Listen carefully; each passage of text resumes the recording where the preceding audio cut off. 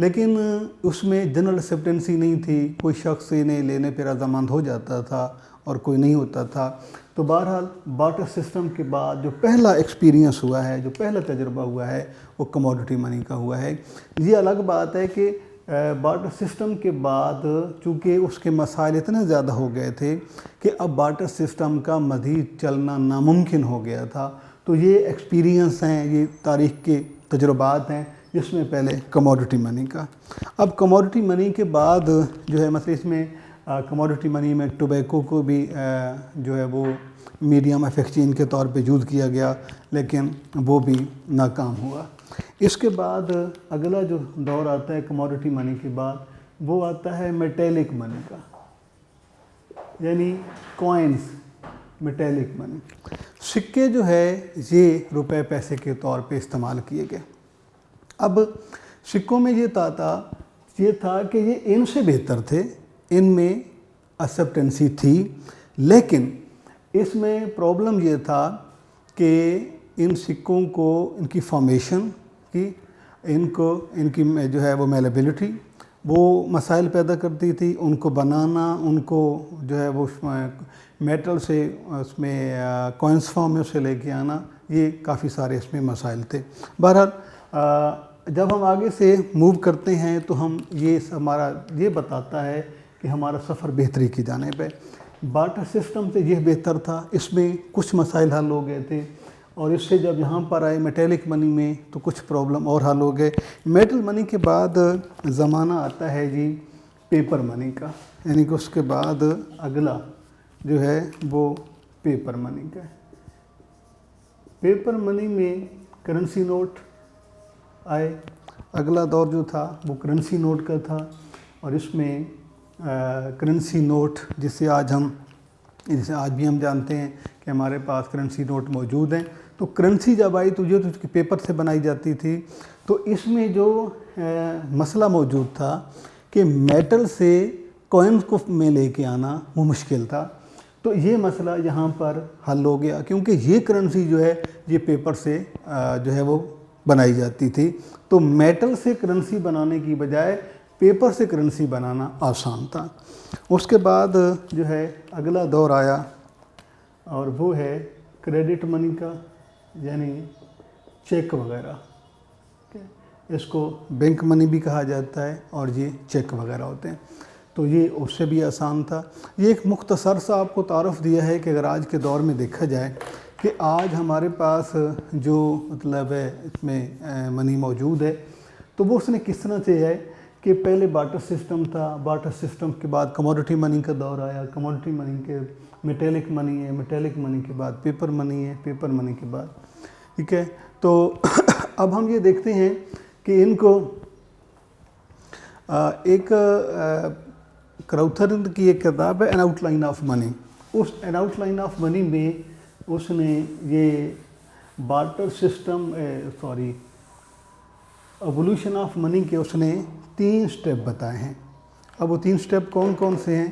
پہلا سٹیپ جو ہے یعنی ایوولوشن آف منی میں وہ یہ لکھتا ہے کہ پہلا پوائنٹ ہے barter system to metallic money. Barter system to metallic money, metallic money یعنی کوائنز۔ دوسرا جو وہ ایج بتاتا ہے وہ لکھتا ہے جی یعنی barter system to metallic money and metallic money to